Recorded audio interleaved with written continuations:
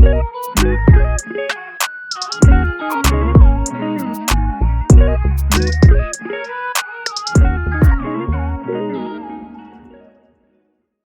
So, Love is Blind. Oh, we starting now? Yeah, let's go. Okay, cool. We have to keep it really brief though. Okay. What are your thoughts? And listen, if you don't watch Love is Blind, you don't want to hear spoilers, skip. Yeah. My thoughts on Love is Blind so far. Milton, why are you there? Why are you there? You are 24. Why are you there? And he has a Jerry curl, so I know that he's not serious. Yeah, like he's so sweet, but he just should not be there. I cannot stand Uche. I cannot stand him. I know him. I don't know him personally, but I know You've him. met an Uche, right? I've met him. I used to work with one. Yeah. Yeah. And I don't want, listen, even Aaliyah, she's given. I like Aaliyah. I like her, but she's given like. She's too naive for him. Exactly. Yeah. She's given naivety. Even Lydia and Aaliyah. Lydia's crazy. Lydia's crazy. And also Aaliyah, you just met this girl, like why are you saying I know. you love her? But maybe because you know that you haven't actually seen anybody, she's the only person that you've had. Yeah. Lydia saying you're so much like me. Listen, that plot twist was crazy. I think that's crazy. The producers really outdid themselves with that one. I think that's crazy. Obviously, I don't think obviously producers didn't know it until it would have happened, but it was a nice thing. They must have been like, yeah. Lydia's crazy. What you see when they did the flashback, she's like, does this mean we should start all over again? He was like, no. He's like, I don't think it's really. But that's not how she presented it to Aaliyah or what's his face. I'm actually Milton. Am I under? Yeah. So Aaliyah being like, oh, it's called Lydia. So Lydia, so you know the guy that you're advising me on, you used to date. You know all this stuff about him, and you've been talking to me and not telling me. I would have like been like, do you know what? This is the situation, or just distance myself. That's it. Yeah. I didn't tell you. I think that's really. And then all of a sudden to be like, oh, his house is really nice. His car is this, that. Thinking, shut up. Man, it's so uncomfortable. And then like JP with all his American Confederate stuff. And I saw a tweet saying, where was he on January 6th? No. Honestly, I know. And I said to my boyfriend, I know the kind. It's giving Make America Great. 100%. 100%. But I also, yeah. What's his name? I think Izzy's hiding something. I don't think he's telling the complete truth about who he is. I liked him and then he got weird. Yeah. I think he's just not serious. I just think he's not you serious. Think so? Because he's like, oh, I want someone that's going to be vulnerable. Someone's vulnerable with you and then you go for the very least vulnerable person. Yeah. And also the only reason he wanted... Johnny's mad, so I'm not upset. She's mad, crazy, so I'm not upset. But the only reason he like even switched it up on Johnny was because he saw that the other guy was getting closer. And I reckon if Johnny told the other guy what she told, it wouldn't have deterred him. No, yeah. And I also feel like you have to be very insecure to be threatened by a dead person. I did think that. I didn't want to say it out loud, but I did. Yeah, I did think that. He's so insecure. Yeah. Anyone to be able to live up to him. Listen, believe in your source. You know that you live with him. Anyway, I want to see what. But it would have been a disaster if Johnny and Izzy got together. Disaster. Yeah, it would have been a disaster. But do you think she looks a bit like a young Amanda Bynes? No. No, not at all. Listen, everybody has their past, fine. But why was Izzy acting like, oh, so shocked? Somebody told you that they've been in relationships with multiple addicts with drug addiction issues. Yeah. Like it's not easy to go and find someone with like addiction issues. So if when you've been in relationships with multiple, there's something there about how you're picking them. So why you acting especially like now? Johnny's a lawyer. It's really interesting that her partners. Yeah, very interesting. That thing with Izzy and what's her name, Stacey. It's not gonna work. No, it's not. And I think I can't remember who JP's with, but since she pointed out his teeth, I can't unsee it. Oh. I've forgotten her name. Yeah, I don't remember her name. I can't remember. Taylor. Is that her name? Yeah, I think Taylor. Yeah, I can't unsee it now, but I'm interested to see how, because usually you get your couples. Teeth are not a big deal, especially in America. Because like, if there's something that you need to have, like, I think teeth are a big deal in America. They are a big deal, but what I'm trying to say is, you can get them. Like, as for a man, like they can always be fixed. It's not like something that's unfixable. If he had a crooked nose, that's harder. Crooked teeth. True, but I feel like in America, if you don't have your teeth done, there's already a preconceived like but notion about who you are. You can be the one to get him to do them. Do you get what I mean? That's true. Like if someone is just short. But I think she wanted him like prepared. But he's a firefighter. I feel like. But I feel like they're well suited. I think they're well suited if she can get past that. Yeah, I think shouldn't have to get past it. She just needs to fix it. He just needs a feminine touch. You can tell, even his haircut. Yeah, that's true. But yeah, I'm just like, usually like I don't care about one single couple. Yeah, like usually there's at least one couple that you're rooting for. For anybody. There's I'm not just here for the one. chaos. Yeah, there's not one couple that I'm like. Do not care about any of them. So would they have filmed at the same time as? No, I think the one before. No, potentially because the 2 and 3. What's this 5? 2 and 3 are filmed at the same time. So potentially 4 and 5 are filmed at the same time. Maybe, I don't know. But 2 and 3 are filmed at the same time. Because it came out really quick, so I would assume so. Yeah. Like after 4, there was hardly any break. And remember, it's a year, so it must have had to. I don't care about any of these couples. Me either. I'm not here for it at all. Just here for the mess. So we're talking about from a HR perspective. Yeah, sorry, but one more thing. Okay. Next week, Married at First Sight, we'll discuss. Okay. Yeah. Fine. So HR, I've just been like looking at different, content to see, what the streets are talking about in terms of like, career and HR and stuff. It's a big topic at the moment. Like whenever you're like on Twitter or TikTok, like people are talking, maybe it's just my algorithm, but talking a lot about careers and like it seems to be a big topic, just career link stuff. So yeah, I've been seeing a few things. So I'll just read out different tweets and stuff and we'll just see like where the wind takes us. But one of the most like popular trending ones I saw was, it's actually deleted now off Twitter, but it's taken a life of its own on TikTok in terms of like people stitching it.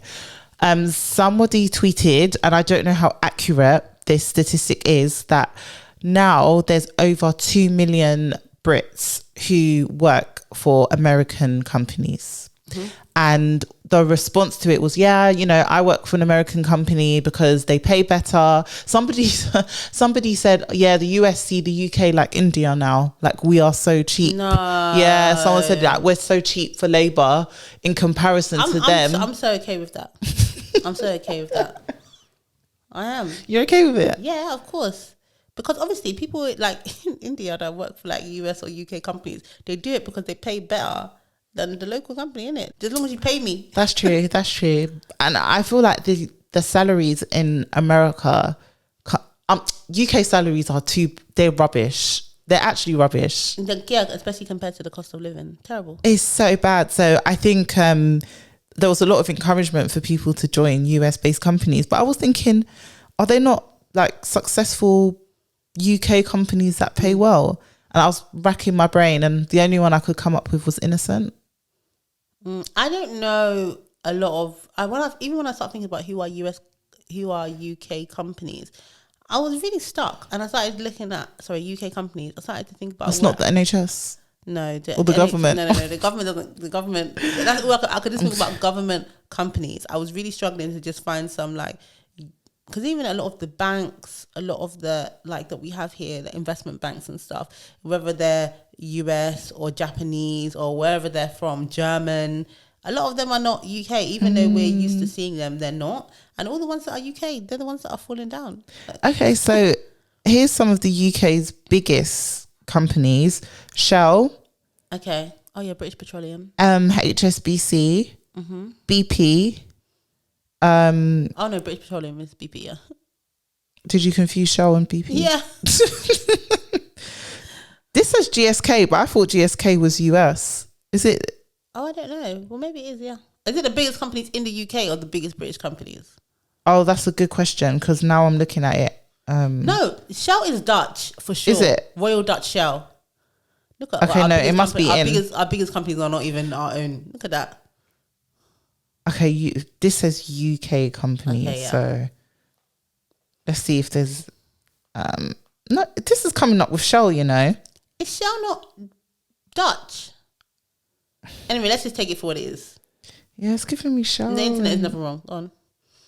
GSK, London Stock Exchange, National Grids. Lol. It's not giving. It's not. I know how LSEG pay, London Stock Exchange, and It's also not giving. No, but there's some insurance companies actually that I know that pay like decently. Decent. I think maybe in obviously London Stock Exchange is also financial services, but it's given a bit public sector. You know, when you work a lot with like Bank of England, all those kind of things. Do you recommend working for an American company while living in the UK? What I'll say is I've worked for one American company. Yeah, and it was like money was falling from the sky. Like we did amazing social. Like they took me skiing, I went sailing, went to Malta, Switzerland, travel all the time, and it was just a very successful American company, and I loved it. And they did have like, I don't know. I think they just. Yeah, they were felt a bit more invested in the staff. But what I will say, and I don't know if it's because it was an American company, but that company, they literally they want your blood. Every waking hour of the day that you can work, they wanted you to work. So it was like work hard, play hard kind of culture.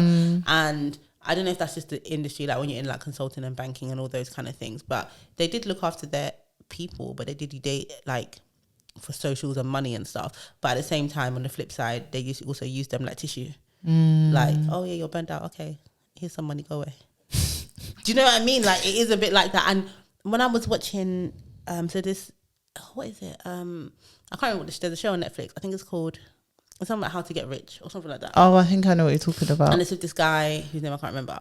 But anyway, there's one couple in it, and the woman is the breadwinner, and the guy, the one that quit his job to look after the kids. Yeah. And he was starting to speak to a recruiter, and because he was trying to get back into work, and the recruiter goes, "Yeah, most companies now are looking for a 40-hour minimum." And I had to pause, and I was like, "What do you mean 40-hour minimum?" And then he was like, "Oh, I could probably commit to 40 hours, but anything like 50 to 60 hours would probably be difficult for me," and blah, blah, blah. And I'm like, a recruiter was legit at least I've been honest about it, but they're telling you that the company is looking for you to do 40 hours per week as a minimum. No, sir. You know how crazy that is? And I think with them, I do think like America does have a very like work hard. But does that transcend when you work for an American company in the UK though? Obviously, we have the law, yeah, but then also the expectation, it might still, do you know what I mean? They're maybe not going to break any laws.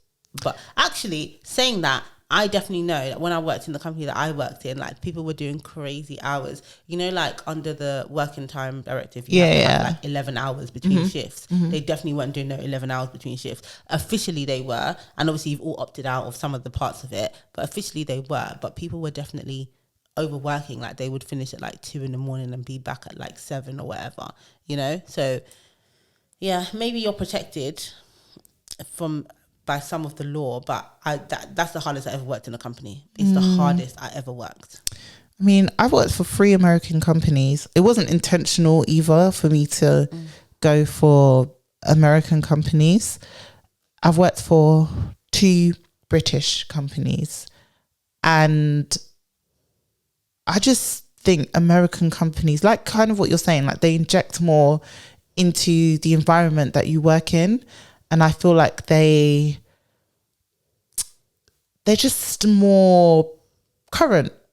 They're just more current in terms of the more forward thinking, I think, in terms of how they look at things like benefits and how they look at your pay and how they, you know, how you dress. Like my mum's workplace, they've banned jeans. And I was They've banned jeans. Yeah.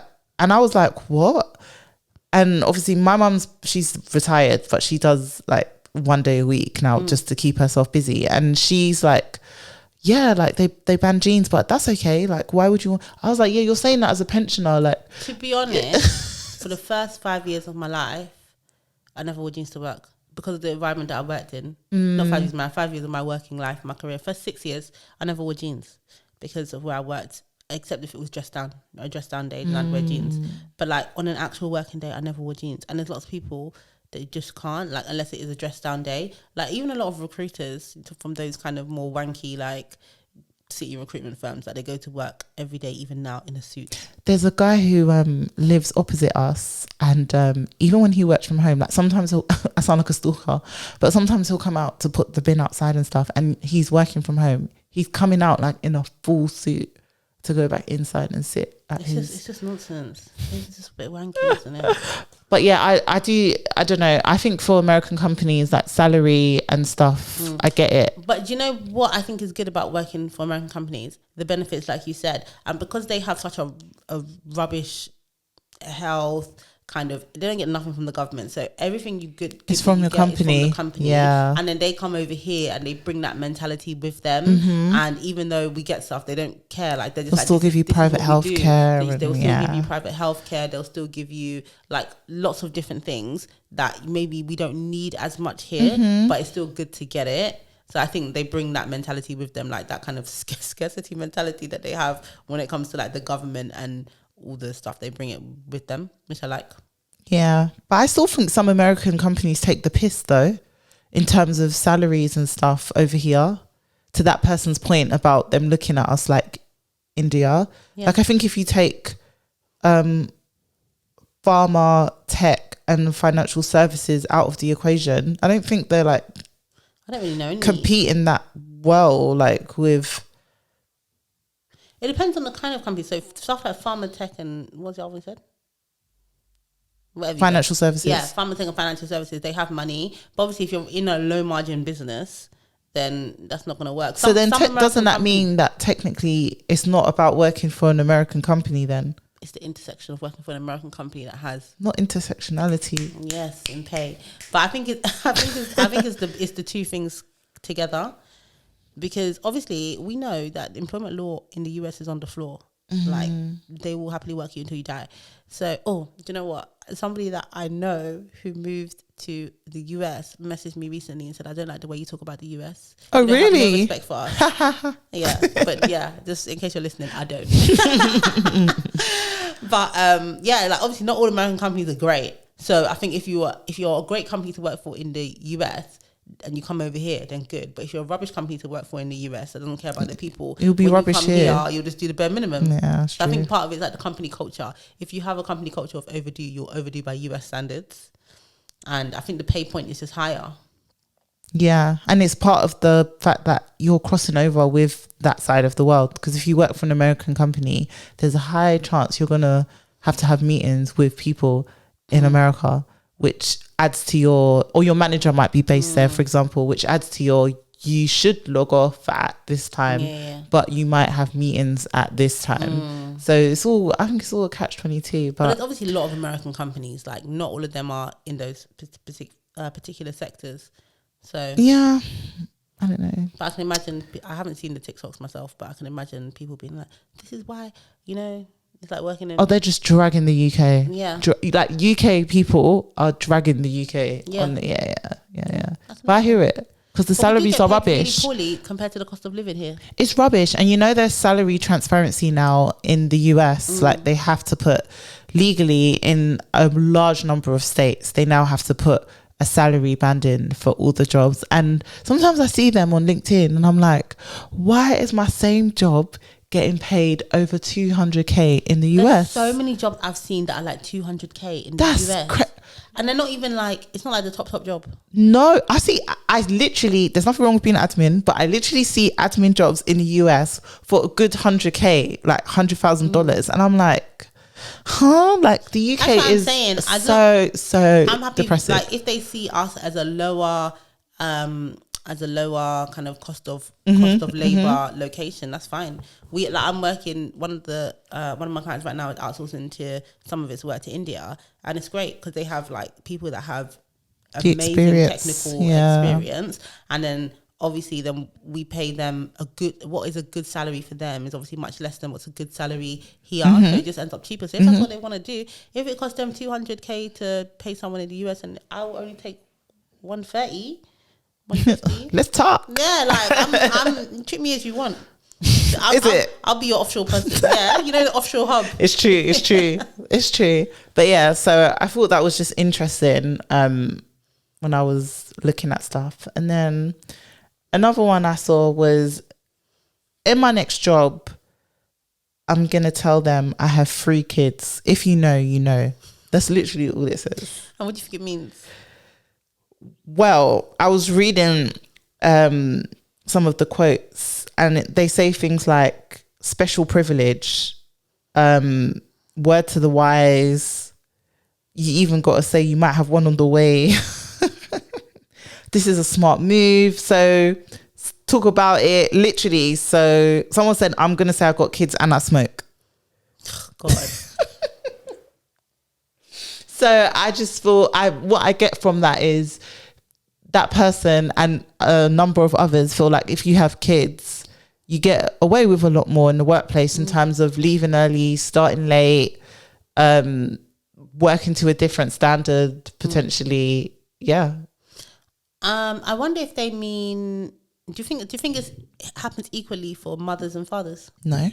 Yes, I feel like they're talking about women. I feel like they're mainly talking about women, because I rarely see guys leaving or needing additional flexibility to look after their kids. Although I did have a call last week with one of my clients, and I was doing a session for them on like employee relations and just basically like the basics that you need to know so that you don't get sued. Yeah. And it was the end, and I was doing a quiz, a Kahoot. You know, I love a Kahoot. So got to make it fun. And he was like, I've got to leave. I've got to like pick my son up from nursery. And I was like, oh, you're not gonna get the marks. He was like, inclusivity, like trying to be like Equality Act. So this is like trying to use what I taught him about like, was it associative discrimination or whatever it was. And that's like okay, I need to leave. I need to pick up my son. But that's quite cool, because it's very rare that I see guys leaving to do the school run. I know it happens, and I have seen it sometimes, but it's not often. So I think it's mainly women that we see doing it, and I feel like it's a bit of a double-edged sword, because you might think, oh, they get lots of privileges, but the same way these people are looking at them, the same way the person who tweeted it and the people that are responding are looking at them like, do you even do the work, blah blah. Some of their managers might be thinking that just because they're not going to say to you, you can't go, doesn't mean that it's not going to come back to bite you in the bum later. Yeah. Hi guys, this is a interruption to tell you to like, comment and subscribe on our YouTube channel, our Spotify, our Apple Music, our TikTok and our Instagram. If you're a guy and you say you got kids, I don't think it's going to have as much of an impact, negatively or positively. He might even be looked at in a good way, like, oh, like he stepped like up, a reliable family man. Whereas if you're a woman and you got 3 kids and you say that in an interview, they might be looking at you like, oh, how are they gonna manage this? Yeah, exactly.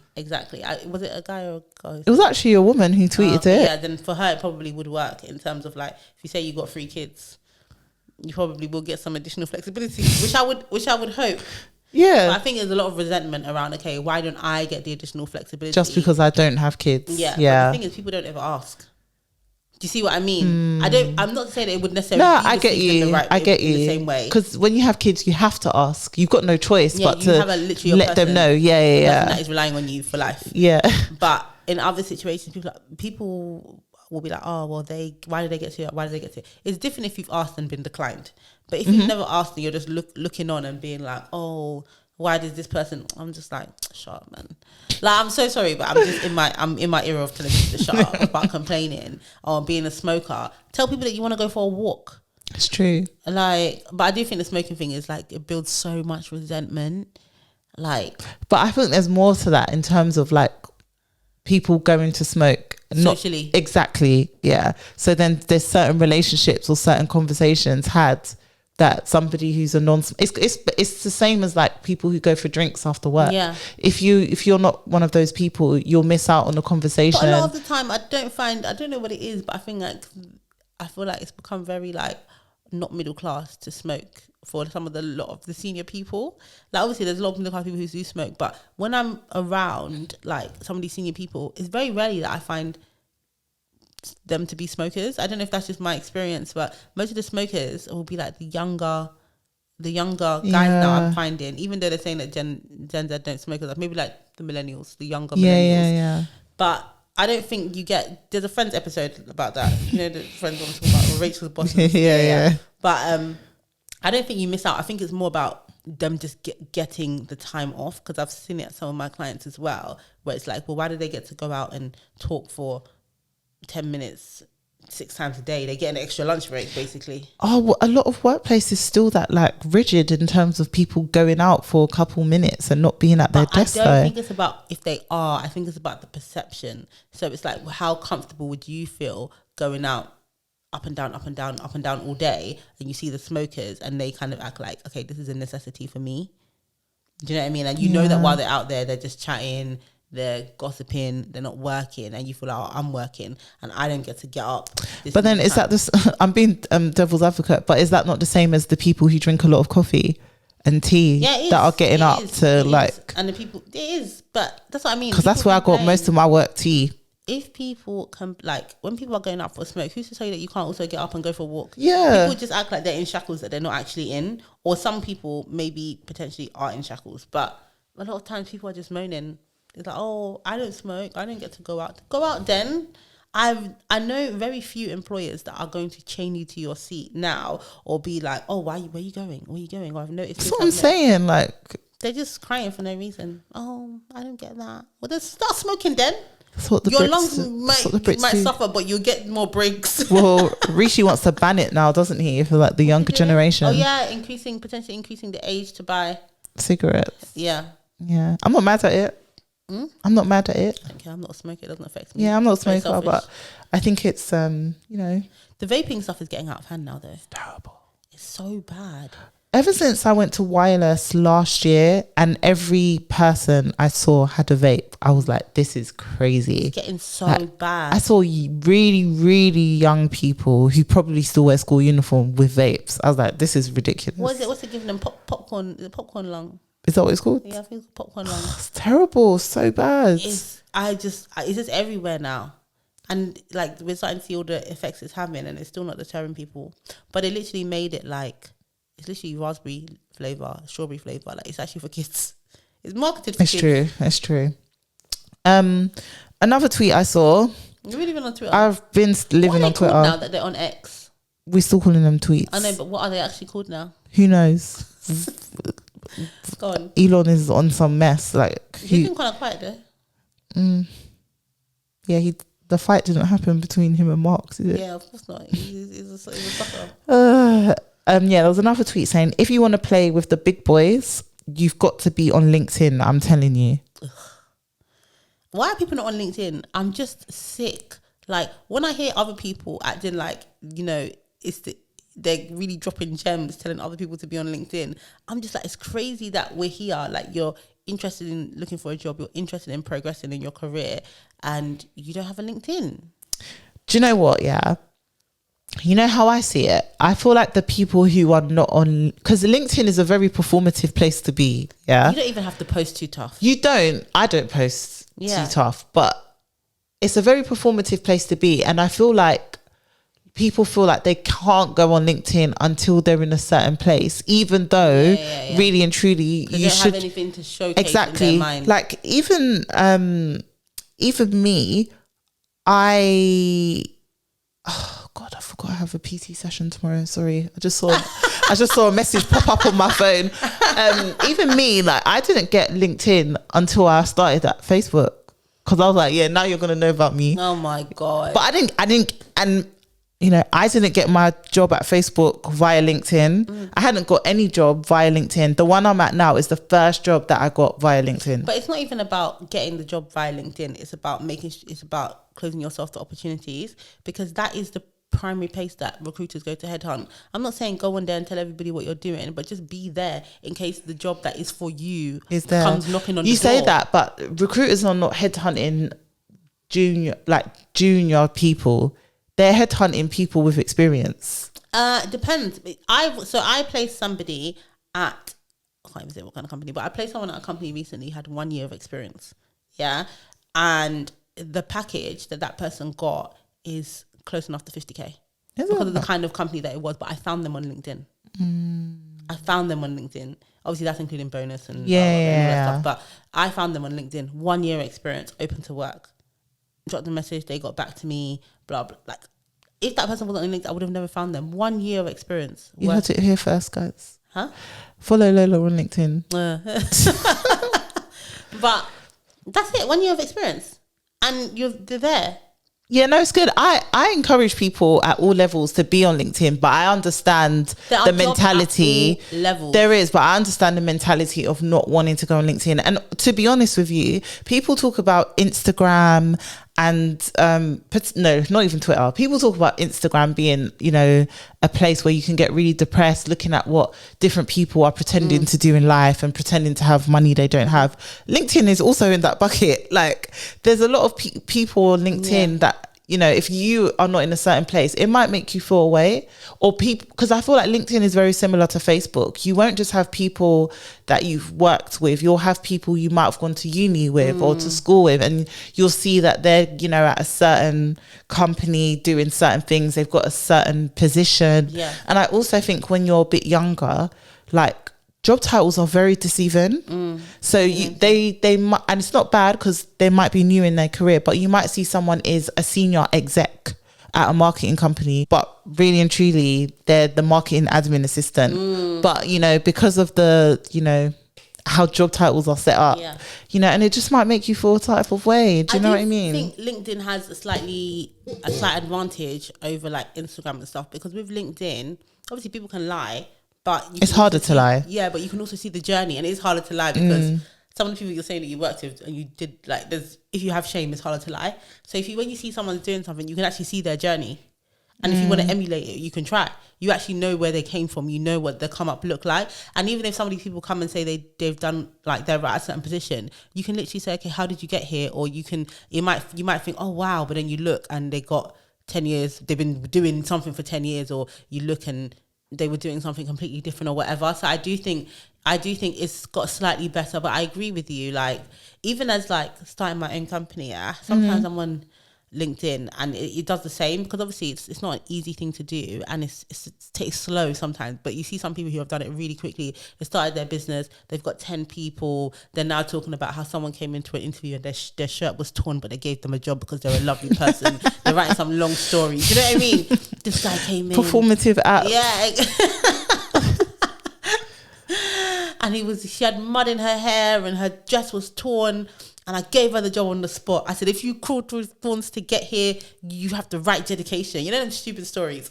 But yeah, you see a lot of rubbish on LinkedIn, but I also think, yeah, you just have to be. Obviously, I think maybe certain public sector jobs, they have different ways of doing things or whatever, but I definitely think that you just got to be there. You know, people not being on LinkedIn is actually crazy to me. You think so? I do. Like, I just think you can be on all the other things that are not going to benefit you. Well, I guess they benefit you in different ways, but LinkedIn, especially, obviously, if you're happy where you are and not looking for anything, or, you know, not even speculatively, I get it, I guess, but the opportunity of you know how many people have just been headhunted? Yeah, I've been headhunted. Yeah, just from chilling. You're just minding your own business. Yeah, someone will enter your DMs. And that could be the opportunity of a lifetime. Not so that you won't get that if you're not on LinkedIn, some other way. But you're just more visible. It's just one of a key avenue that you're closing. Yeah. No, I definitely get it. I get it. But I just understand the other side of it. Of not wanting to go on it because of... Too prematurely. Yeah. No, I get it. But I just think that's also like, oh, I'll go on it when I have something to show. But you're actually better to go on it now. Look, as someone who went on when I had something to show, like... I got LinkedIn when I graduated. Did you? Yeah. No. I know, maybe after I got my first job. But I was like literally out of uni when I got it. I got my first job while I was still in uni. Like my first HR job. Oh, really? Yeah. I got it when I was doing my disso. I was working three days a week. And then I went permanent. But even with that, like, looking back, that would have been something good to like flex. Yeah, like to start my LinkedIn journey, but I literally didn't get it until 4 years later after that job. Do you know what? Yeah, so many students and stuff have it now, and I think it's really good. But they also just want to post with their degrees. But like, let's say in what year was it? 2021, after COVID, when the government did the Kickstart scheme. And we basically were using it. So we got all these, like, basically you had some funding towards giving people jobs, I think 25 hours a week who were unemployed, and you were supposed to go through the job centre, but the job centre was so rubbish that I just started basically going on LinkedIn and looking for people that were unemployed, And all the people that had open to work banners, or they just said that they weren't working, or I could see that they weren't in a job, I hired them, and we end up like, I think we had like 10 people that I found on LinkedIn. Oh, really? Students. Wow, that's amazing. A lot of them, yeah, they had to be on universal credit, so then had to like go through the screening. Yeah. But yeah, I got them all off LinkedIn. And a lot of them now, like, it was a recruitment company. They're doing well. Yeah, they work in HR. Like, I had one in my team who's doing good. Like, yeah. No, I think it's good. I advocate for LinkedIn. Yeah. I don't want to say what kind of people I know wrote that tweet, but it's a separate situation. We're working against ourselves here. Okay, one more before we wrap up. So somebody tweeted about the CEO from Pret. Mm-hmm. So the CEO from Pret, Pano Christo. I want to say something. So go on. Go on. Okay. And he's been at Pret 23 years. And he started at Pret in 2001 as a assistant manager. And he was an assistant manager for 7 months. He was an assistant general manager for another 7 months after that. So he got promoted quite quickly, 7 months. Then he was a general manager for 4 years and 2 months. Then he got promoted to specialist manager, and he did that for a year. And then he got promoted to operations manager and did that for 4.5 years. Then he got promoted to head of operations, and he did that for 3 years, 2 months. Then he got promoted to UK operations director, and he did that for 2 years, 2 months. Then he got promoted to UK managing director and did that for 2 years, 4 months. Then he got promoted to COO and did that for 9 months. Boom, CEO for the last 4. Oh, well done, Pane. Yeah. But basically, there was a mixture of discourse about if this was good or if this was bad, basically. So some people were like, this is good. It shows hard work. It's good that, he could do it all in Pret. He doesn't have a degree. So people were like, oh, he doesn't have a degree. He's done all of this. And then other people were like, why do I need to be in a job, the same role, the same company for so long to get to that level? Maybe if he moved, he would have got there quicker. And so and so and so. So there's been like mixed thoughts about it. We're shouting him out, but if he moved around, he might have been able to achieve his goal faster.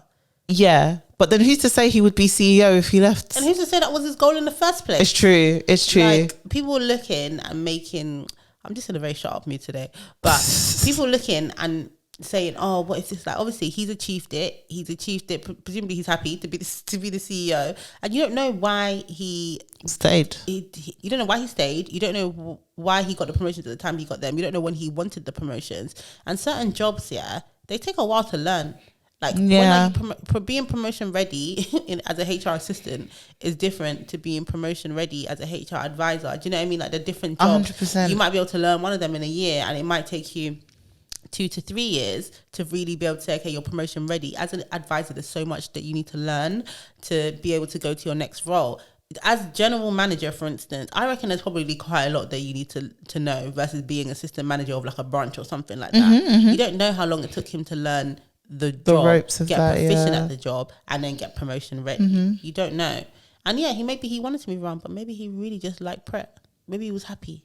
It's because some people don't get the idea that some people are not desperately like trying to chasing leave. promotion all the time. Like, they're not so he might have been chasing it and been denied, who knows. But some people are not desperately just trying to get more money, trying to get promotion every year. Some people actually enjoy the job that they're doing. And some people, they won't necessarily put themselves forward for promotion until they feel they're ready. Other people, they say, oh, fuck it, why not? Do you know what I mean? There's different types of people.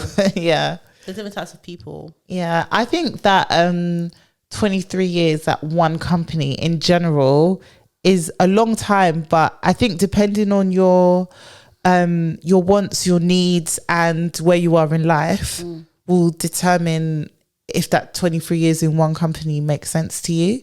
Like, personally, at my young age, like staying in one company for the next 23 years right now where I am doesn't make sense to me. But maybe if I was 40 and I'm like, this is maybe where I want to retire, then maybe it will make sense. Do you know what I mean? I think it just depends on where you are. And also I feel it's good when you're in one company and you know it like the back of your hand, like you know the values, you know the culture, you know the mission, you know the people.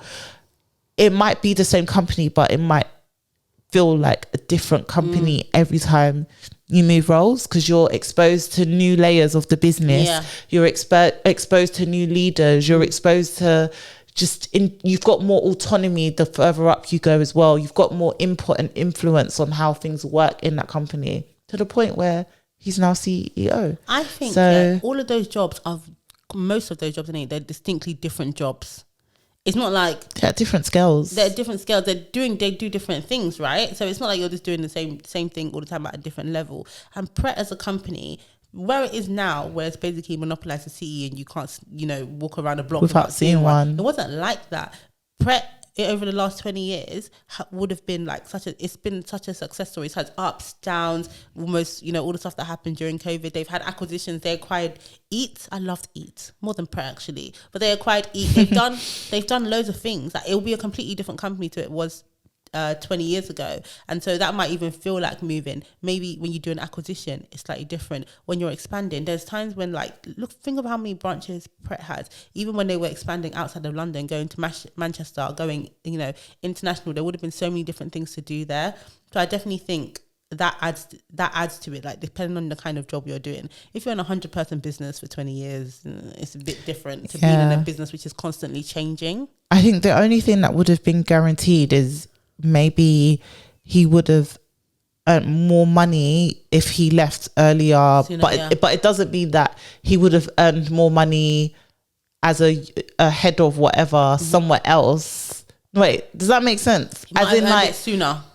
Yeah, but he could have, if whatever job he left at, he would have earned more wherever he went at that level. But it doesn't mean that it would catch up if he stayed, to being CEO of Pret now. So, and would he have become CEO if he didn't have the deep history? Probably not. Pret? No, probably not.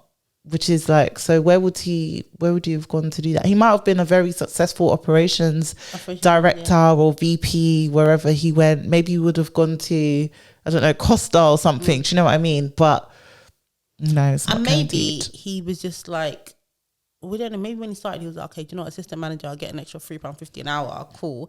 And then maybe he was just like, I like it. Like, maybe he just liked it there. Like, people find it really hard because they desperately hate where they work. They find it so hard to accept that maybe this guy just likes working at Pret.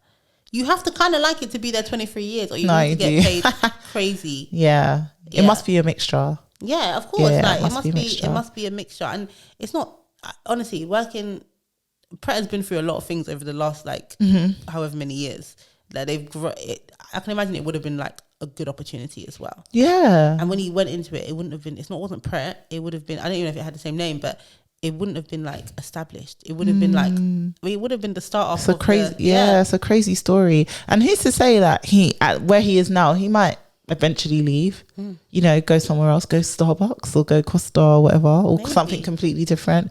Who knows? But I feel like people just think, I think it's a generation thing as well. Like the younger generations, the millennials, the Gen Z, like we are very much, after a certain amount of time, I have to move jobs. I have to make more money. I need to try out this industry, or I need to move in. That's just our nature. He was in for like 4 years. And people be getting rushed. Hey, 4 years with no promotion, millennial. But promotion and pay rise are different. They'll start to itch. Promotion and pay rise are different, and the time was different. Even now, people expecting this promotional pay rise every year, every other year. It also wasn't like that. It's not normal. It wasn't like that. Normal, so I do think it's a nice story, especially like, showing like people working their way up. My brother's got like a very similar story. Like my oldest brother, he just goes to uni. I don't think he finished actually. But he went and he worked in phone shops, and he was just really good at customer service. And then he Ben ended up being like, assistant manager, then store manager, then like area manager. Then he was really good at all the customer service things. He started going into the head office of like different phone brands. He worked at he worked at 3. And then he got headhunted to go to Qatar in like a senior customer experience role. And now he's been in the Middle East for however many years in all these, like he's a chief customer experience officer for some brand. Oh, amazing. And he just worked his way up from being in store. Like, wow. And he's very happy, but he has moved around to different companies. But to go head office, he did kind of work his way up within one brand. Yeah. It's fine I think it's good to work your way up at least to a certain level. Like, for example, unless it's a culture thing or the ceiling is very low, then I think it's really good to stay somewhere before, get promoted at least once or twice before moving, so that it makes sense when you move. The idea of working your way up in today's environment is like a bad thing to say. Oh, work your way up. They just want to be up. Yeah, literally. We just want to be up, but we don't want to work our way up. It sounds like labor, it sounds like struggle, but when we're talking about promotions, like hang around for your promotion, like work your way up. Doesn't mean you have to work your way all the way up to CEO. Work yourself up a couple of levels. There's something, I definitely think it's a red flag when I look at someone's CV and they've jumped around and never been promoted anywhere. Yeah, because why not? Why have you never been promoted? Yeah, why have you agree. never stayed for a promotion? Why have you never got a promotion where you are? There's one guy, oh my God, the last thing I want to say. I worked with somebody, just trying to think if this person will ever listen to this podcast. Lol. YOLO. Anyway, I worked with somebody. If you recognize yourself as I'm speaking, then it is what it is. But I worked with one person, I'll say a guy, and this is when I was at Deloitte. And they were so like, he was so like, okay, I want to get promoted. I want to get this. And at Deloitte, if you do what you need to do, you'll get promoted. Like, they have this performance cycle. It's very rat race. Everyone's chasing the next promotion, but you will get it if you do the right things most of the time. But he was like, oh, no, I've heard that, I know this partner, I know that partner. I can, if you network properly, you can jump levels. So he basically ended up moving from department to department because, he'll get in good with this partner. Then they'll say, oh, yeah, come work with us. But by the time I'd done like 4 years, he'd just been moving, jumping, looking for like the quick fix that I'm progressing and you're still fairly flat. So you might have got like a little bump if he just stayed in one place. He would have just been better to just stay where he was. Yeah. And because he's just starting again, every time he's jumping. And then he didn't have LinkedIn, that person. And I know part of the reason he didn't have LinkedIn because of the jumping. And because he didn't have anything. So his job title was still a junior first year kind of job title. Whereas actually, if you just put in the graft and trying to find get rich quick schemes and ways to kind of beat the system, he would have been much better off. Yeah, no, I agree. I think it's important. Like when I started in HR, I stayed where I was. I was on an hourly contract, went into a permanent role in the same company as a HR administrator. They paid for my CIPD. I stayed there. They then promoted me to HR advisor. I stayed in that role for another year before I decided to move. And I was like, see you later. But on reflection, I think I should have stayed a little bit longer and then I wouldn't have ended up at the school. Oh my God, the school. Or the recruitment company. One day we're going to do a big reveal of the school. I'm ready. We should have a dragon episode. No, we I'll be dragging. I'll be doing it if Lola doesn't want to. I've got some people that I could drag. Do you know there was one episode that didn't make it out where like we really did drag people we used to work with? What episode? Do you remember? What happened to it? I feel like something like the sound didn't record or the something like that. But there was maybe that was God. No, there was an episode. And we said names. We said names. Yeah, maybe it was God. God said, God said, that's all right.